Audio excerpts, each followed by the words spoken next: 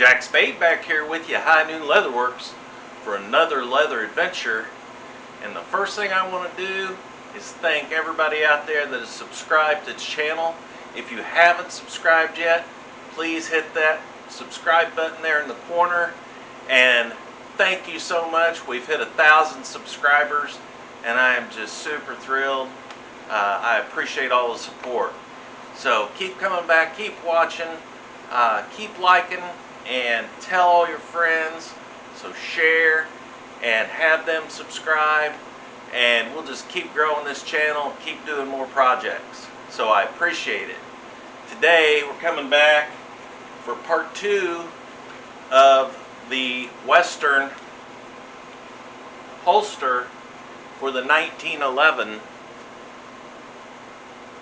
semi-automatic 45 ACP.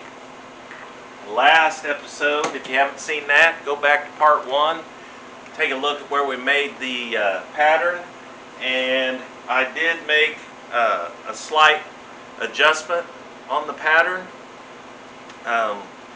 So here's what it ended up being. What I did was I took just a little bit more off right here. If you go back and you watch that, you'll see that this is a little narrower. That just gives it a little better look, I think. So come on in and let's get started on part 2. Alright, so what I'm going to do is I took a nice piece of thick veg tan leather. I'm going to say it's probably 10 to 12 ounce. It's pretty thick and heavy, and that's kind of what I always look for when I want to do a good Western type holster. So I took my pattern, laid it out, made sure that I had the finished side of my pattern, because this is a right-handed holster. Make sure I had my finished side up, so that the finished side of my veg tan leather is going to be up. Drew it out, and then I'm going to go ahead and I put a nice sharp blade in my utility knife. So I'm going to go ahead and start cutting this out.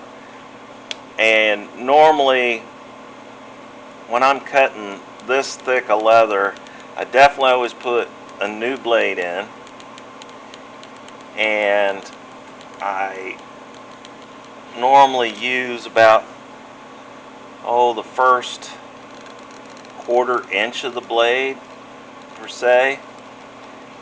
Try not to use the entire surface of the blade,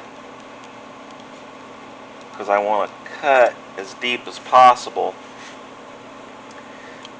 So I'm going to go back, and like I said, this leather is super thick,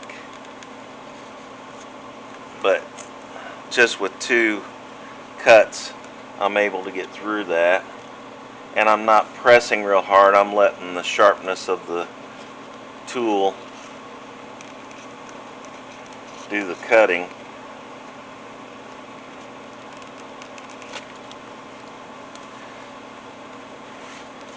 So I'm going to cut this, get it out of my way. I like to try to get an open space on the side of my leather once I get started. Just kind of gives me a little more room. See where I'm at. I can get those pieces out of my way.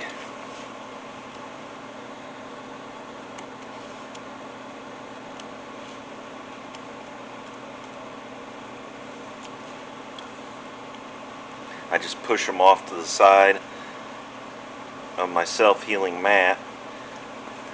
Then I can come back to this side, and there's no real rhyme or reason to the way I cut this, other than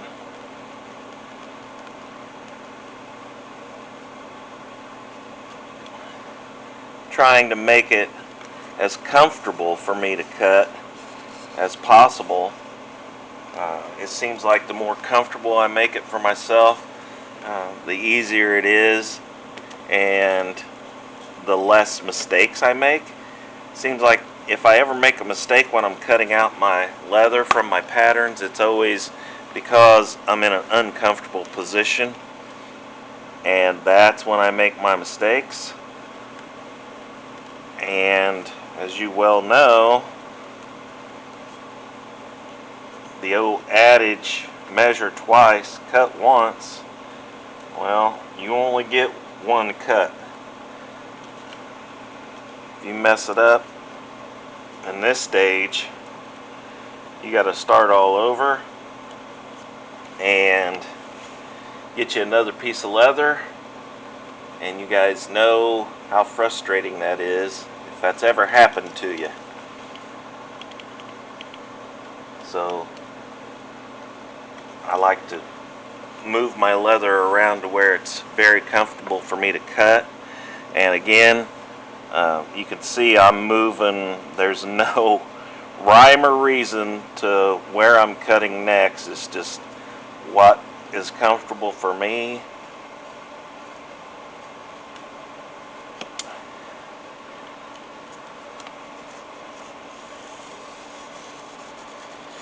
And again, this leather is so nice and thick.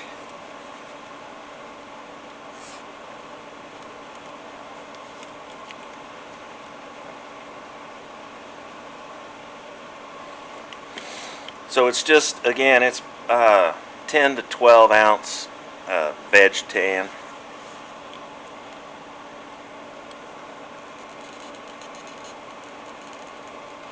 In my opinion, it's perfect for this Western holster project.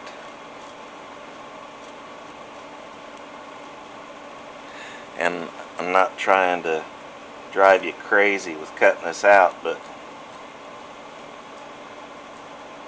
I want to be very precise.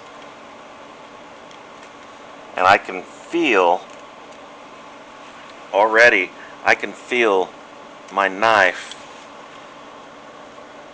blade getting dull.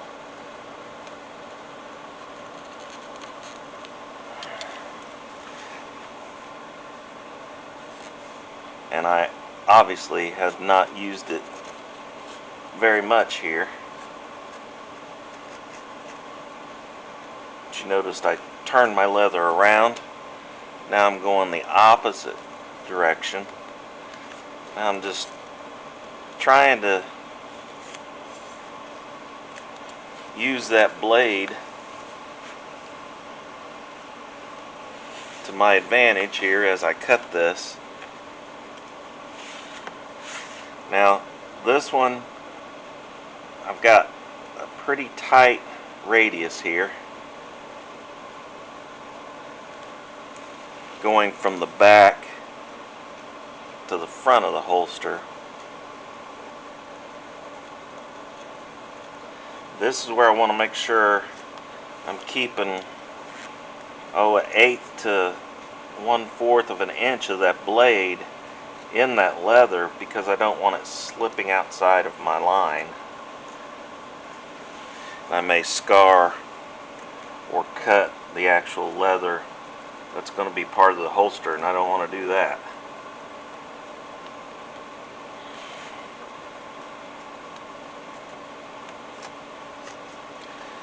So I've made my first cut. I don't ever, on this real thick stuff like this, I don't ever try to cut that with my first cut all the way through, because I've found it is so much easier to cut it in 2 or 3 stages.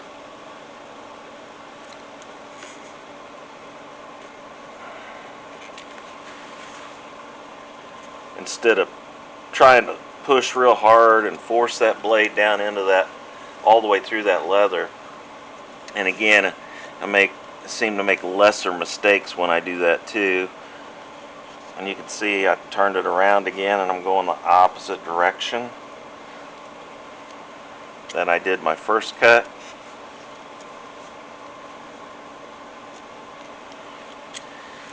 And as you can see, getting through it pretty well here.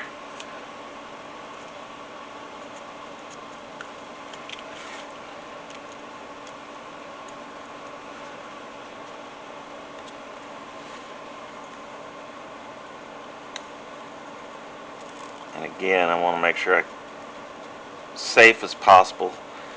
Keep my fingers out of the way from the direction of the blade.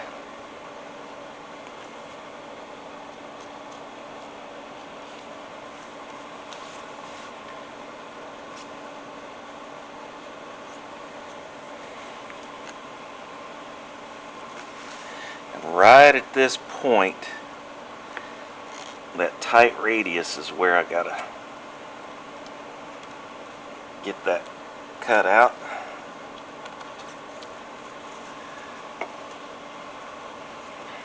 So again, I keep my scraps pushed over to the side.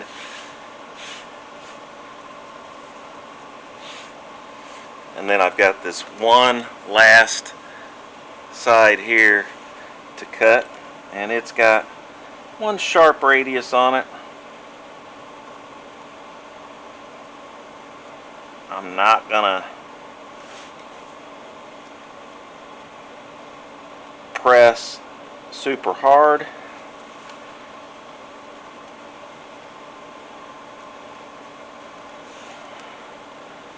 Especially on my first cut here. As I follow my line from my pattern. And I always try to stick with the rule of thumb that as long as I'm within the thickness of that line, one side or the other, I'm good. If I'm freehanding this, I don't really expect to be able to stay 100% in the center of that line, that's for sure.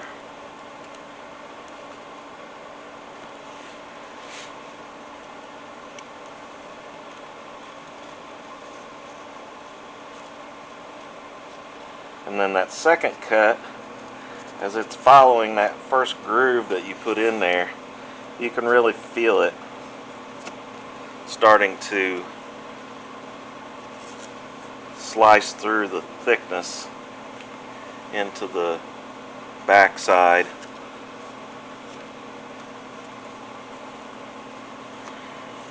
I'm going to turn it around like I did the other side.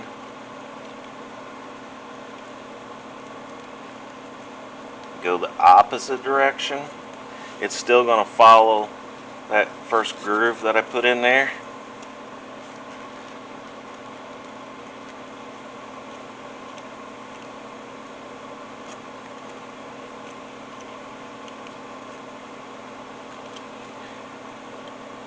Getting to this tight radius.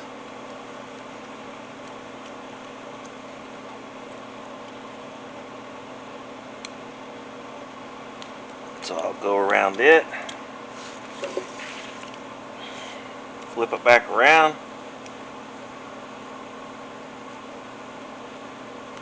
and finish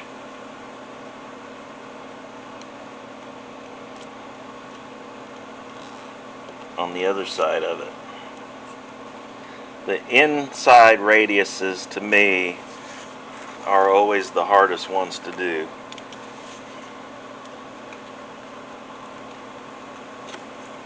The outside radiuses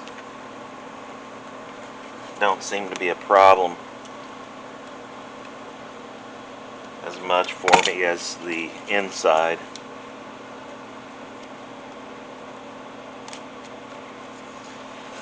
And there we go.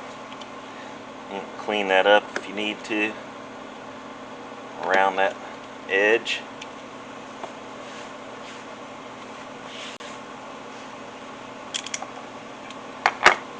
So there's my cutout piece of leather. Again, this is a right hand holster. Nice finish on the inside there. So I've got my leather cut out. Now I want to go ahead and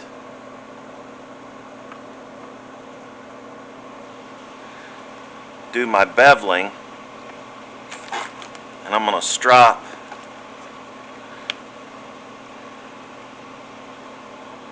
my beveling tool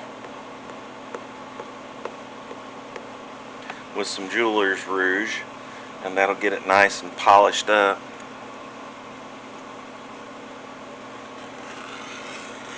so I get a nice smooth edge.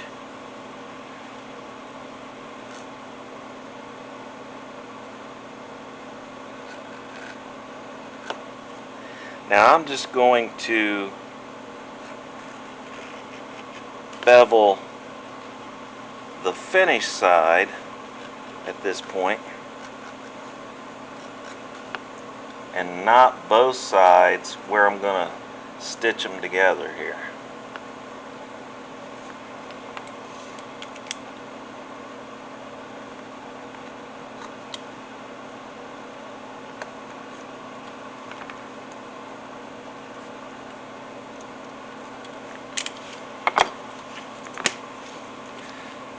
So I want a nice smooth beveled edge.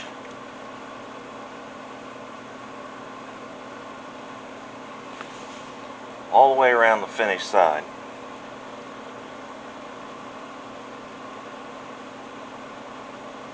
And when I do my beveling, I let the tool do all the work.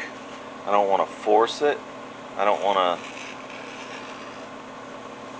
smash the edge of my leather with my tool. So I go at it slow. I want to make sure that my tool's doing the work. I'm getting the whole entire thing nice and even. A nice smooth cut. You'll notice I stop a lot and reposition my tool. But when I start again, I always let the tool do the cutting and the work. I just move my piece of leather or my tool around to the correct angle.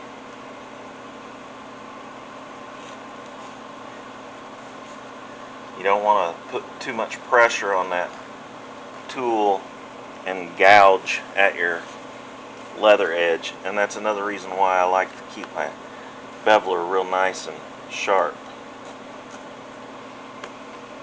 Just like your knife blade, you can feel it when it starts to get a little dull and wants to drag on you.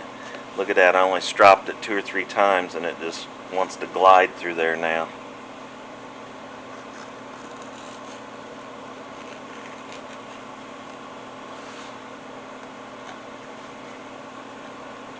And that's all of the front side that's beveled now. So on the back side, I want to leave all this square where I'm going to do my stitching. Here in the opening I want to bevel, and here in the opening and on the back. So I'll flip it over. I'll bevel straight across the bottom, skip this whole side and this whole side where those are going to stitch together, flip it around to the top,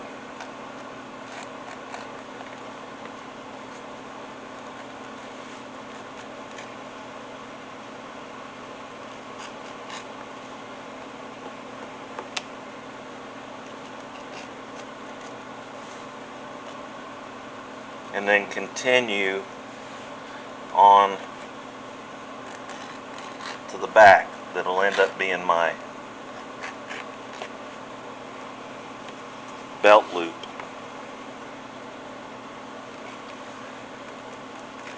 I think it's going to turn out really sharp, really pretty.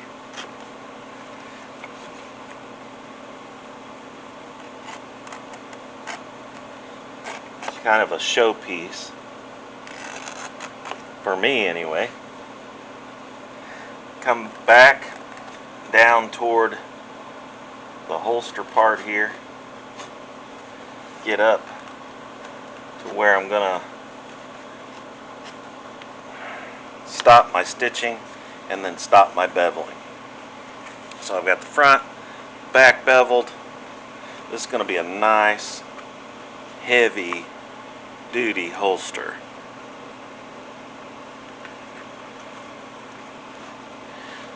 So the next thing I want to do, get all my scraps out of the way,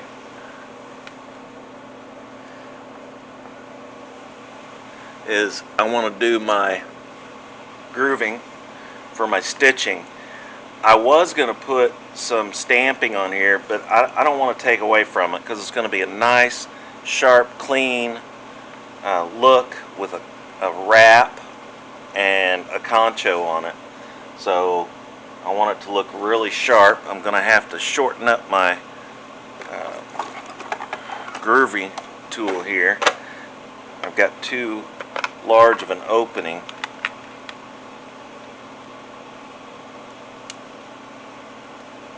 I don't want my groove too far in.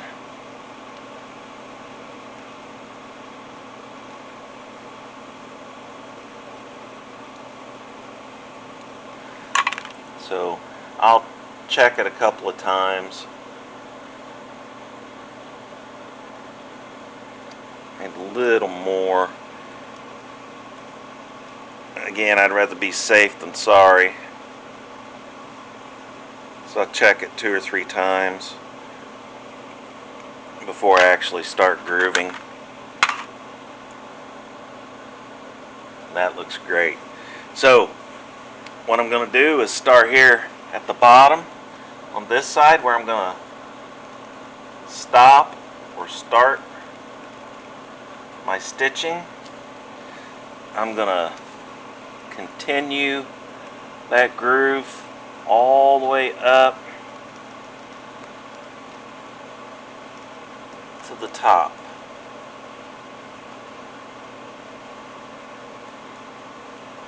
I'll spin that around very carefully and just come back the other direction enough to pull that off of there. So I got my groove on this side. Now I'm going to come back, put my groove on this side. I'll fold it over and see exactly where I need to start. It'll be simple where to stop.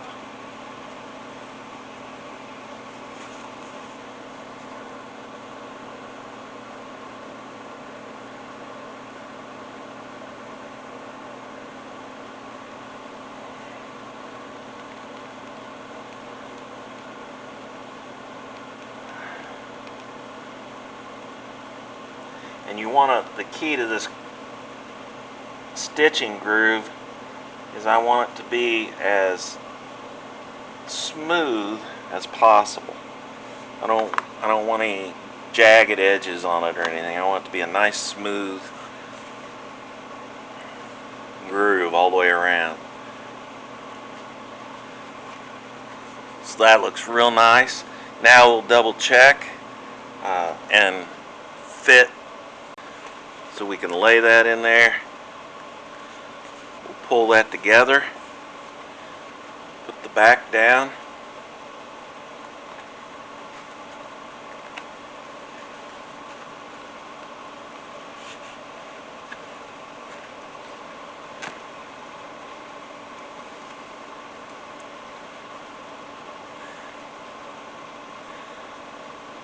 It's going to be a nice look. Actually, I think this will sit up just a little bit higher because I cut it for the rear sights to be about like that. So by the time I get it all stitched together, it should sit about like this. So that's the end of part 2 for the Western 1911 holster build, the Cowboy holster build. And like I said, this leather is really thick, but that gives you a nice idea what it's going to look like once it's done. And this side here, if I can get the bottom squeezed in there, that's about what it'll look like. So it's going to be sharp. I will, off camera before the next video, I'd like to conclude this on the next video. So off camera, between now and then, I'll go ahead, I'll do the dyeing and probably go ahead and stitch it, and then we'll go ahead and finish it with the loop and the concho on the next video. So Make sure you come back, check out the next video where we do the conclusion, part 3 of the 1911 Cowboy Holster. And I appreciate you watching. Please come back next week.